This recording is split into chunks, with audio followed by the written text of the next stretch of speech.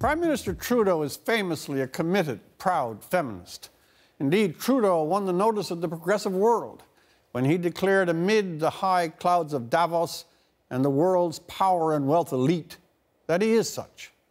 But nowhere has this allegiance been more prominent than in the recent announcement that Canada's foreign aid budget for the next 5 years will be 95% feminist, geared towards women and girls.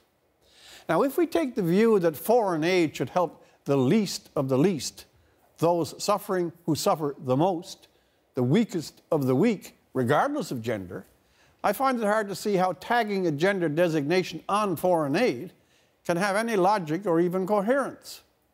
There are torments enough in this tormented world without calling for the lens of first world feminism to be imposed on aid programs. Furthermore, even if such an approach were justifiable, why such an extreme proportion? 95% for feminist aid and only 5% for others. Is the pain or hunger or torture or dislocation of a man any less a tribulation than that of a woman? Perhaps even more to the point, if aid is really directed to the utterly vulnerable, should not children have the priority focus, both in obedience to the laws of mercy and fealty to the incontestable understanding that cruelty and harm to children is the darkest category in the terrifying catalogue of despicable human malice. That said, there is one area where the Prime Minister's feminist credentials could have impact, and where all that is really needed is not aid, but his voice.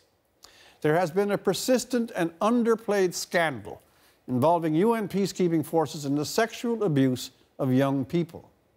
For over a decade, in a spread of countries, including the Democratic Republic of Congo, Haiti, Ivory Coast, Libya, Mali, and Sudan, there are scores of incidents, vile and cruel, committed by the savior peacekeepers.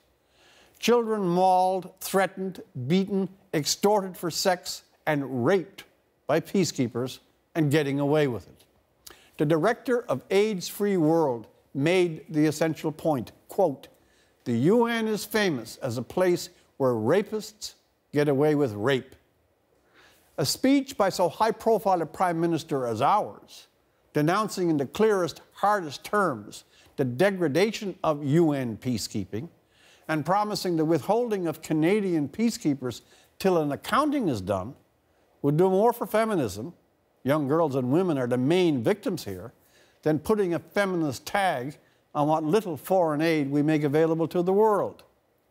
The idea that UN peacekeepers are sexually abusing children in countries they were sent to help at the moments of dread chaos in those countries is a crime against nature and a hypocrisy so vile it has yet to earn a name.